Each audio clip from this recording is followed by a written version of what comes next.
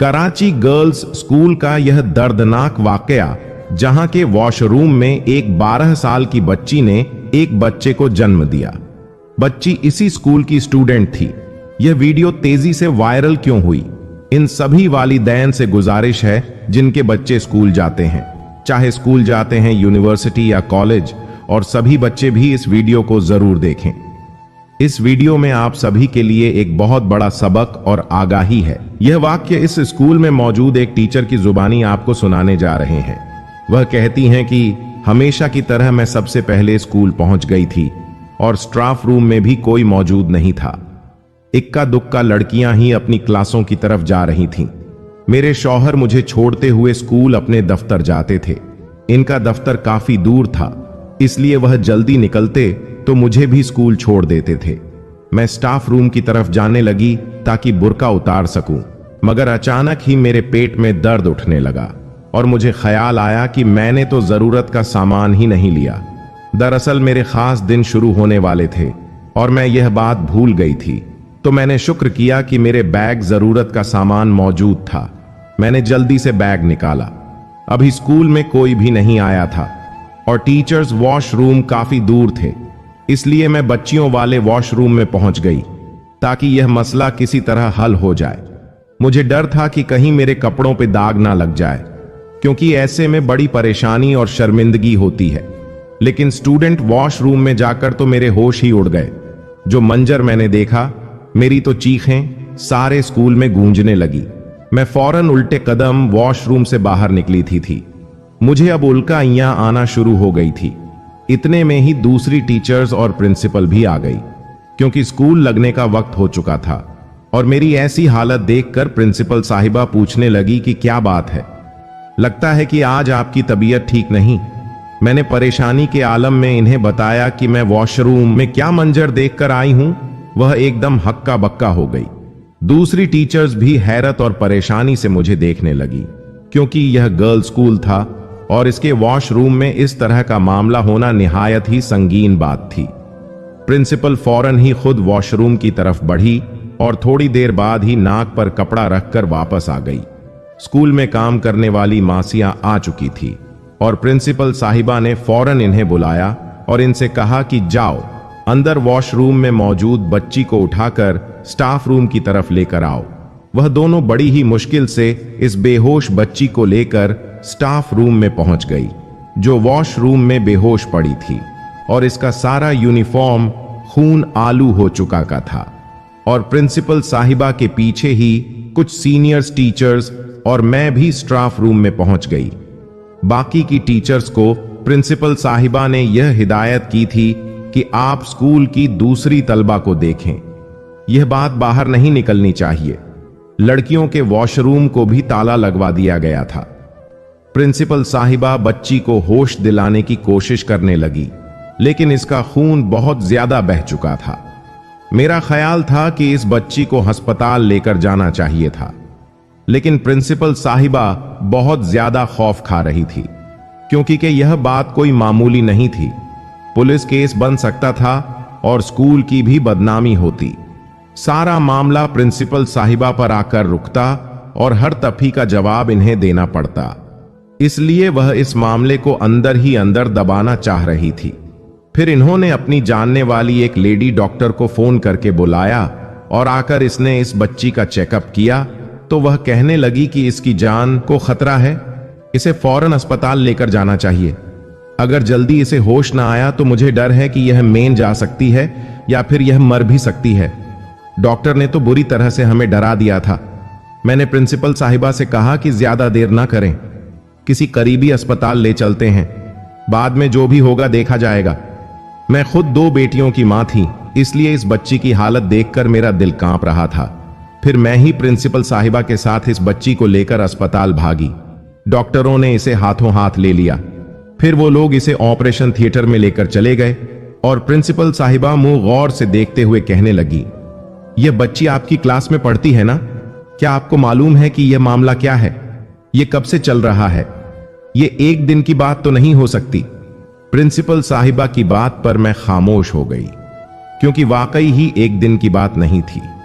काफी दिनों से मैं बहुत कुछ देख रही थी और महसूस भी किया था, लेकिन मुझे यह अंदाजा नहीं था कि बात इतनी ज्यादा आगे बढ़ जाएगी। कुछ ही देर गुजरी थी कि प्रिंसिपल साहिबा के पास स्कूल से फोन आ गया। सीनियर टीचर्स बता रही थीं कि स्कूल की बच्चियों में यह बात फैल चुकी है और लाख छुपाने के बावजूद भी सरगोशियां में वह यही बातें कर रही हैं। अब प्रिंसिपल साहिबा मजीद डर गई। इन्हें डर था कि स्कूल की साख मुतासिर होगी। प्रिंसिपल साहिबा के तो पसीने छूट रहे थे, क्योंकि बच्ची स्कूल यूनिफॉर्म में थी और जो कुछ भी हुआ था वह स्कूल की चार दीवारी के अंदर हुआ था। इसलिए इनकी जान हवा हो रही थी कि अब वह एक बड़ी मुसीबत में फंस जाएंगी। वो मुझसे कहने लगी कि किसी तरह भी इस मामले को यहीं पर खत्म कर दो। इस बच्ची के वालिदैन को बुलाओ और इन्हें बुरा भला कहकर इस बच्ची को इनके आश्रय छोड़ दो। हम वापस स्कूल चले जाएंगे, फिर यह किस्सा यहीं खत्म हो जाएगा। मेरा दिल इस बात के लिए राजी नहीं था, क्योंकि फिर भी प्रिंसिपल साहिबा के दबाव में आकर मैंने इस बच्ची के घर वालों को बुलाया। वह बच्ची यतीम थी, बस इसके सर पर इसकी मां का साया था और इसकी मां मेरे पड़ोस में ही घर की सफाई का काम करती थी, इसलिए इसे बुलाना मेरे लिए मुश्किल नहीं था।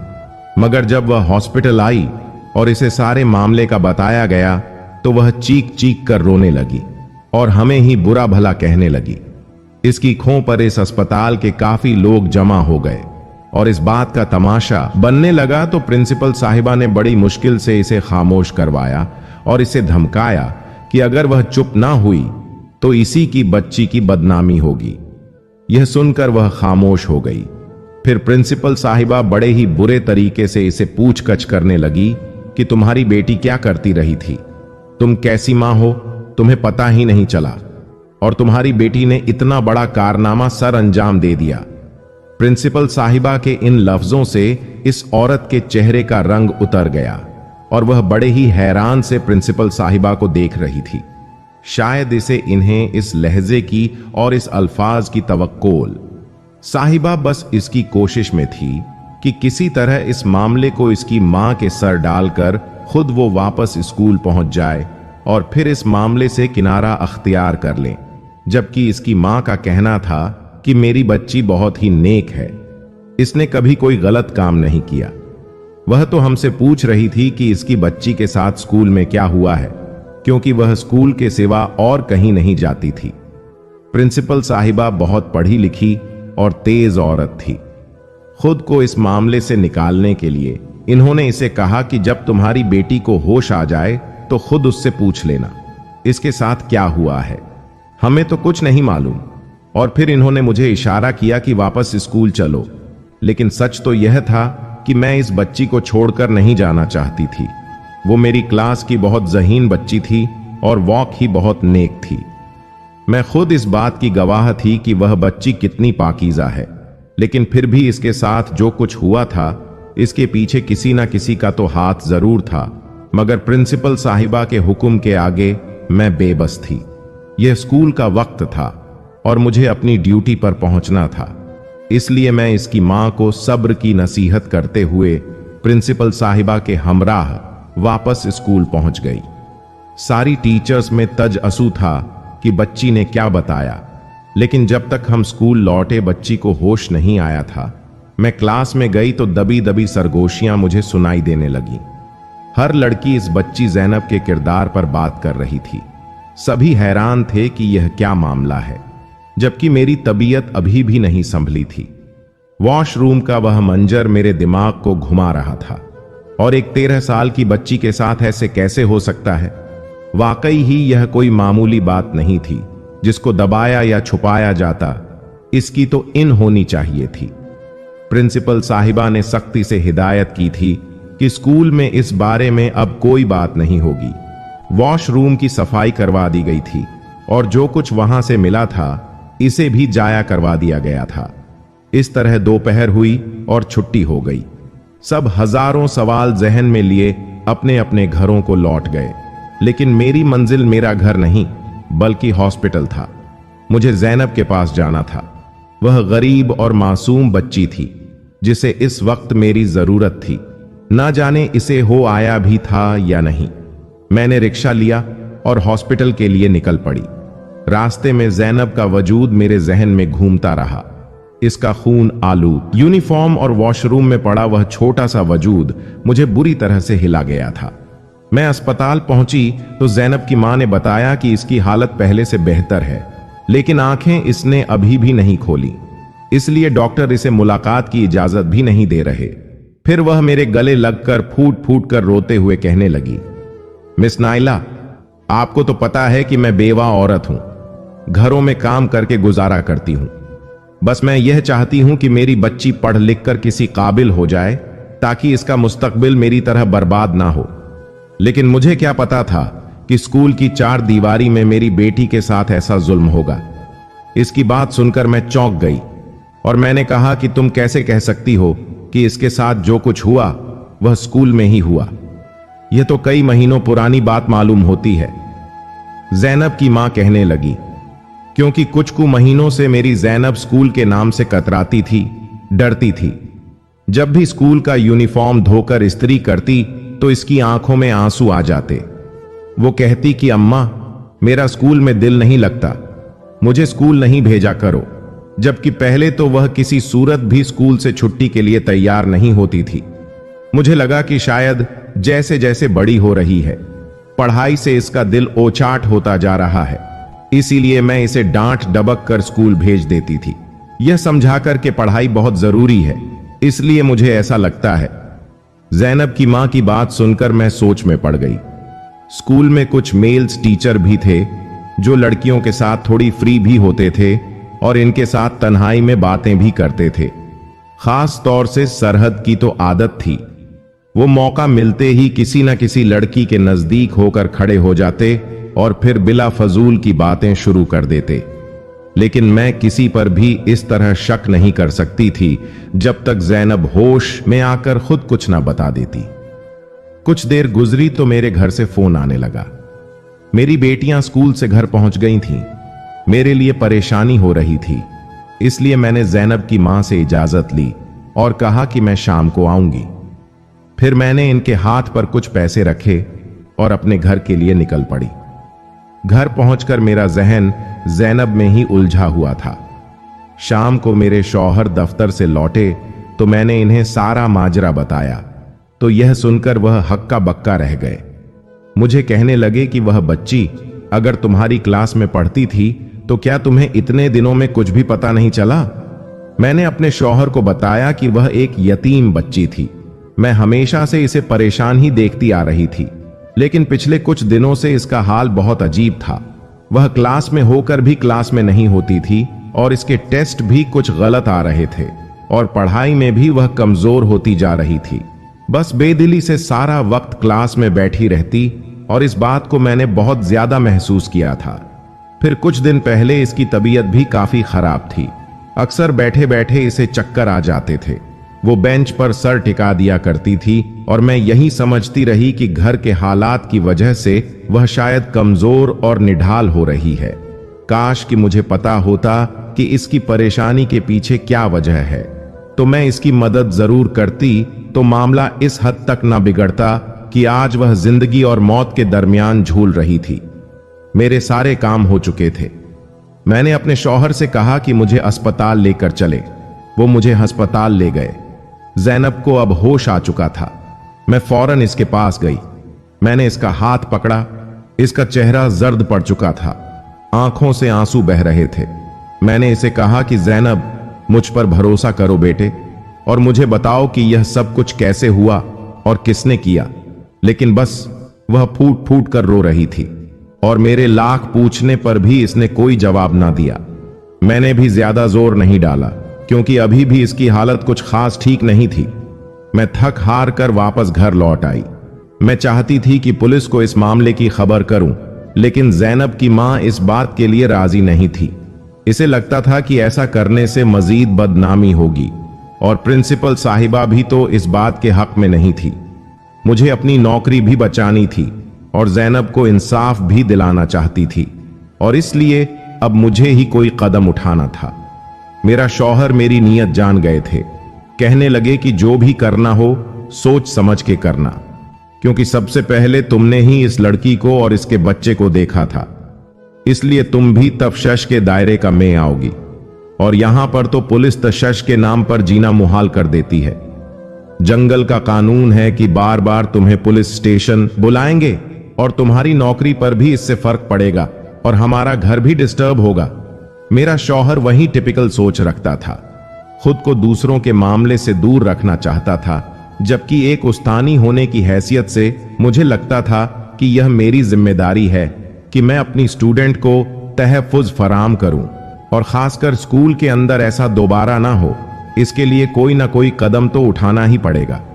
अगली ही सुबह मैं सीधे ही प्रिंसिपल साहिबा के दफ्तर में पहुंच गई और मैंने इनसे कहा कि मैडम ज़ैनब वाले केस को इतनी आसानी से खत्म नहीं किया जा सकता। इसकी मां ने तो पुलिस कंप्लेन नहीं की, लेकिन हमें यह काम करना चाहिए। आखिर किसी ना किसी ने तो इसके साथ ज्यादती की है ना, और हो सकता है कि यह हरकत स्कूल में ही हुई हो। आपने खुद अपनी आंखों से इस बच्ची की हालत देखी है। इसने स्कूल के वॉशरूम में एक ना मुकम्मल बच्चे को जन्म दिया है। शायद वह 4 या 5 महीने की हामिया थीं।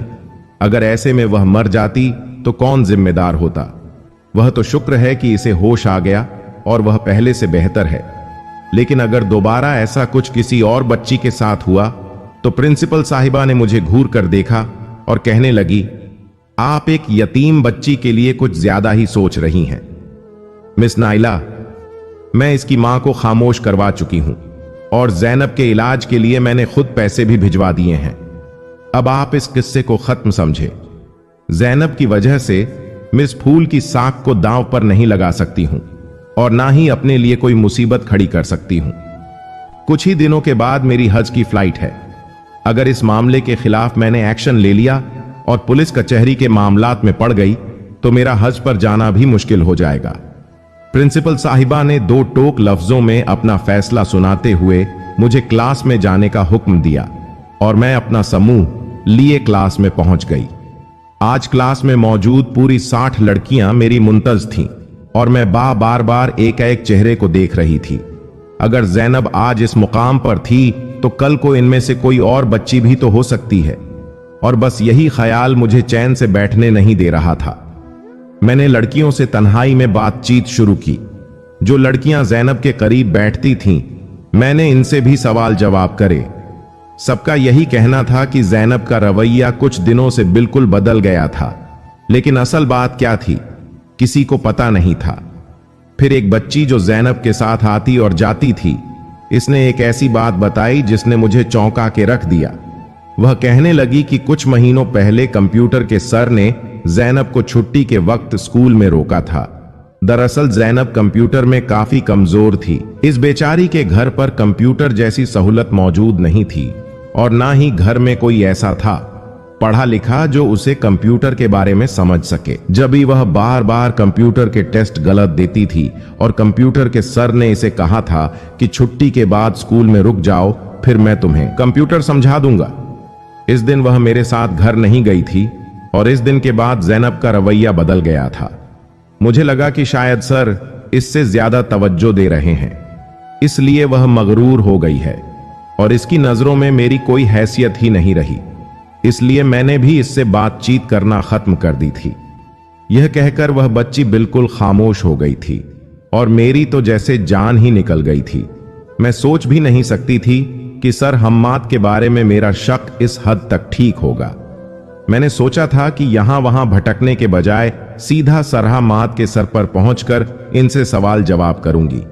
फिर छुट्टी के वक्त जब सारी टीचर्स निकल गईं और मैं और सरहामाद हम दोनों ही क्लासरूम में पहुंच गए तो मैंने इन्हें रोक लिया। वो निकलने ही वाले थे कि मेरी आवाज सुनकर पलट आए। मैंने मुस्कुराकर इन्हें देखा और कहा कि मुझे पता चल गया है कि ज़ैनब के साथ किसने यह सब कुछ किया है। मेरी यह बात सुनकर कर हम्माद बुरी तरह से चौंके और मेरी तरफ हैरत से देखने लगे। कहने लगे, अगर ऐसी बात थी तो फिर आपको फौरन पुलिस कंप्लेन करनी चाहिए थी। मुजरिम को पकड़वाकर सलाखों के पीछे डालना चाहिए था। इतनी देर नहीं करवानी चाहिए थी। अब सर, हम्माद की यह बात सुनकर मैं चौंक गई थी कि वह इतने मुस्लिम होकर यह सब जवाब कैसे दे रहे थे। अगर वह मुजरिम होते तो कभी ऐसी बात ना कहते। मैंने सख्ती से इनसे पूछा, कि आपने आज से 5 महीने पहले जैनब को छुट्टी के वक्त क्यों रोका था? आखिर ऐसा कौन सा काम था जो छुट्टी के बाद मुमकिन हो सकता था? मेरी यह बात सुनकर वह हक्का बक्का रह गए और कहने लगे कि मिस नायला, आप मुझ पर शक कर रही हैं और आपको लगता है कि मैंने जैनब के साथ मैं खामोश रही। तो वह खुद ही बोल पड़े और कहने लगे कि जैनब, वो कंप्यूटर में काफी दुश्वारी पेश आ रही थी, इसलिए मैंने इसे छुट्टी के बाद रोका था ताकि लैब में बिठाकर आराम से कंप्यूटर पर समझा सकूं। लेकिन इत्तेफाक से मेरी बीवी का फोन आ गया। इसकी तबीयत बिगड़ गई थी और वह अस्पताल में थी। आप भी जानती हैं कि 5 महीने पहले मेरे घर पर बेटी की विलादत हुई है और वो वही दिन था। मैं स्टाफ रूम में था जब मेरी बीवी का फोन आया। मैंने चौकीदार से कहा कि जैनब कंप्यूटर रूम में मेरा इंतजार कर रही है, इसे वापस घर भेज दो, और मैं खुद अस्पताल के लिए निकल गया। बस इस दिन यही बात हुई थी। आप चाहे तो जैनब से भी पूछ सकती हैं या फिर चौकीदार से भी इस बात की गवाही ले सकती हैं। मुझे आपसे ऐसी उम्मीद नहीं थी। मैं खुद एक बेटी का बाप हूं और मैं किसी भी बच्चों के साथ ऐसी हरकत करने का सोच भी नहीं सकता। सर, हम्माद ने अफसोस से मेरी तरफ देखा और कहने लगे कि मैं लड़कियों से सिर्फ इसीलिए बातचीत करता हूं ताकि वह मुझसे सवाल जवाब करते हुए ना हिचकिचा जाए, क्योंकि अक्सर लड़कियों को मेल टीचर से पढ़ना मुश्किल लगता है। वो अफसोस बड़ी नजरों से मुझे देखते हुए चले गए और मैं इनके जाने के बाद सोच में पड़ गई थी कि अगर सर हम्माद ने भी यह हरकत नहीं की तो फिर किसने की है। मुझे अब भी इनकी बातों पर यकीन नहीं हुआ था, इसलिए मैं चौकीदार के पास पहुंच गई। मैंने इसे कहा कि बताओ, 5 महीने पहले कंप्यूटर लैब में जैनब के साथ क्या हुआ था? मैंने बस अंधेरे में तीर चलाया था ताकि सरहमाद की असलियत मुझे बता दे, लेकिन चौकीदार के चेहरे की रंगत ने मुझे चौंकने पर मजबूर कर दिया और वह हक लाते हुए कहने लगा, बीबी जी, मुझे कुछ नहीं मालूम।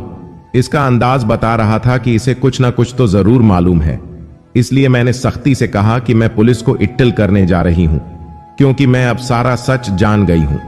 मुझे खुद जैनब ने सब कुछ सच सच बता दिया है, लेकिन चौकीदार ने अपना मुंह ना खोला, बस यही कहता रहा कि बीबी जी, हमें कुछ नहीं मालूम है, हम तो अपनी ड्यूटी करते हैं।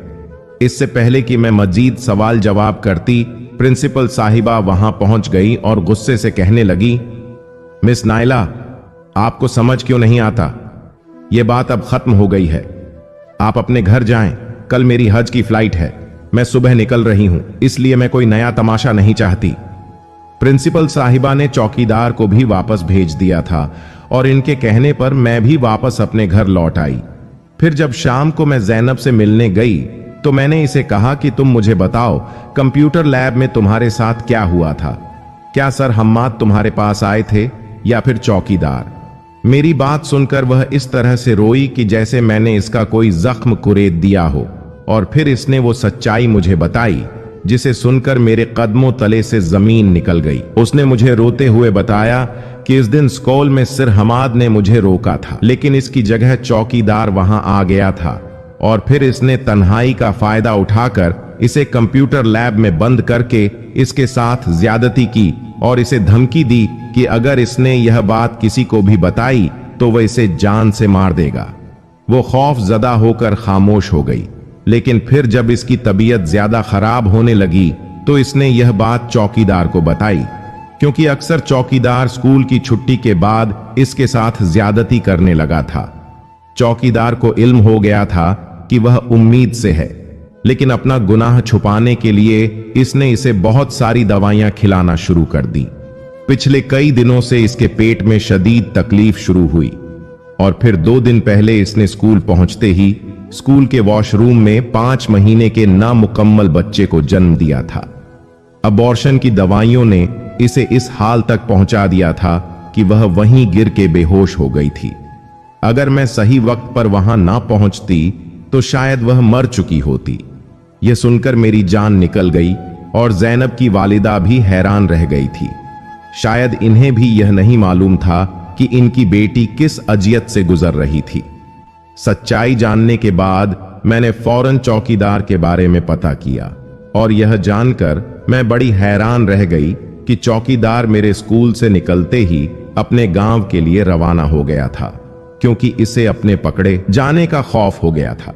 इसीलिए वह गांव भाग गया था।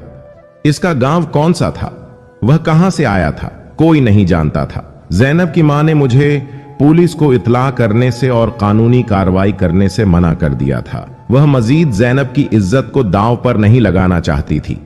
मुजरिम के बारे में जानकर भी मैं कुछ नहीं कर सकती थी। प्रिंसिपल साहिबा हज पर चली गई थी और मैं यह सोच रही थी कि क्या ऐसा हज कबूल होगा। वह चाहती तो चौकीदार बहुत पहले पकड़ा जाता, लेकिन इन्होंने कोई कदम ना उठाया, बस अपनी साख को बचाने में लगी रह गई।